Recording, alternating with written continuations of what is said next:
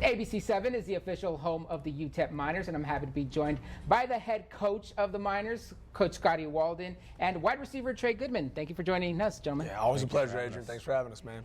Coach Walden, I want to take a look back at that Western Kentucky game. It was a game that looked like it was getting out of hand there, but in third quarter, you guys made a run, made a game of it before the Hilltoppers pulled away. What were some of your takeaways from that game? Yeah, we talked about getting off to a fast start, and not as fast a start as we wanted to. We did score on the third possession of the game, and our defense got a stop on that first possession, and 7-7 there, really early.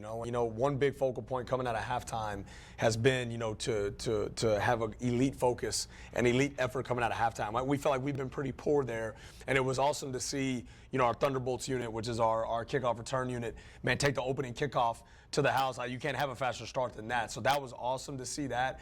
Certainly, didn't make enough plays, and gave up too many explosives and didn't make enough plays on offense in order to sustain and meet the firepower that the WKU had. Cade McConnell did have to leave the game with an injury to his wrist. Is there an update on his status? Yeah, so he's going to be a game time decision. Honestly, he taped up. He's such a tough kid. He taped up his wrist and threw this week and came out. But until we get, it's kind of unique because since we're playing on Wednesday, we actually practiced over the weekend, and so we got him to the doctor on Monday, and it takes time to get those results and things of that nature right. We'll have Skylar and the rest of the crew ready to go, in case Cade can't go. But we're hopeful for good news, and he's a competitor and he's a warrior, and we'll see what they say.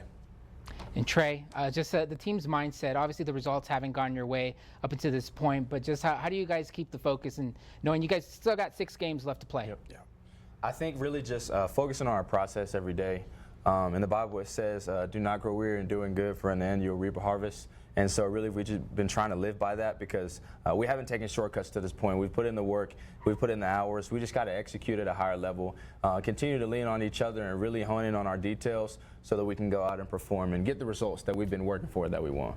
Well, next up for the Miners is a Wednesday game against FIU, 7 p.m. at the Sun Bowl. Coach, looking at those Panthers, this was a team that's coming off almost beating first-place Liberty, but falling in overtime for them. So it's a tough loss for them. They're coming into your house now. What do you see from the Panthers? Yeah, no doubt. Coach Mike McIntyre is a great coach. I mean, he's been around a long time, turned around a lot of programs, and this is, I believe, his 3rd year there at FIU, and they are long and athletic and extremely competitive. FIU is good enough to beat anybody. We're good enough to beat anybody. Anybody's good enough to beat us, and it's a very unique conference, a very unique challenge. But they present a lot of issues. Jenkins, their quarterback, we think is one of the better ones in the league. As far as their defense, I think they're, like Coach said, they're really long and rangy. They have a lot of athletes, guys that can cover the ground. They kind of have what a lot of people like to call freaks, people that are longer and rangy, but they can cover ground from here to there like nobody's business. But I think that just like any other team, they pose a good challenge. But what happens, where we're going to be most successful is when we focus on us and when we focus on how we can get better from the previous week as a team and continue to strive to get that first win under our belt. This next question for the both of you. 6 games into the season, you still got 6 more left to go. Where have you seen the developments from when you started in week 1 to where you are now at this point of the season? Coach, we'll start with you.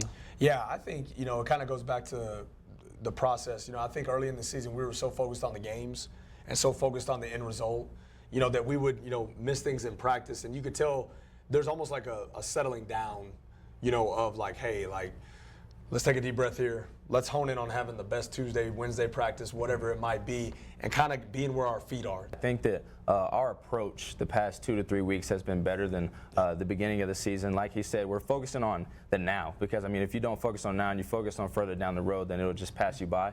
And then the second thing that's really sticking out to me, especially as an offense, is how much we're stopping beating ourselves. We're finally starting to get out of our own way. First couple of games, we had way too many penalties that were just us, not necessarily playing hard or pre-snap penalties or false starts or offsides, things that we can control, and really just starting to, diminish those and really allowing us to just give us a chance to go play ball. Because at the end of the day, that's what we want to do is just go play ball. And, if we can't get out of our own way, then it doesn't give us that chance. So that's really where I've seen us grow as an offense, too. Well, my thanks to Coach Walden and Trey Goodman. Again, that's UTEP taking on the FIU Panthers this Wednesday, 7 p.m. kickoff from the Sun Bowl. Again, my thanks to Coach Walden and Trey Goodman. Best of luck this Wednesday, gentlemen. Thank you. Appreciate it. Picks up. Appreciate it. Picks up.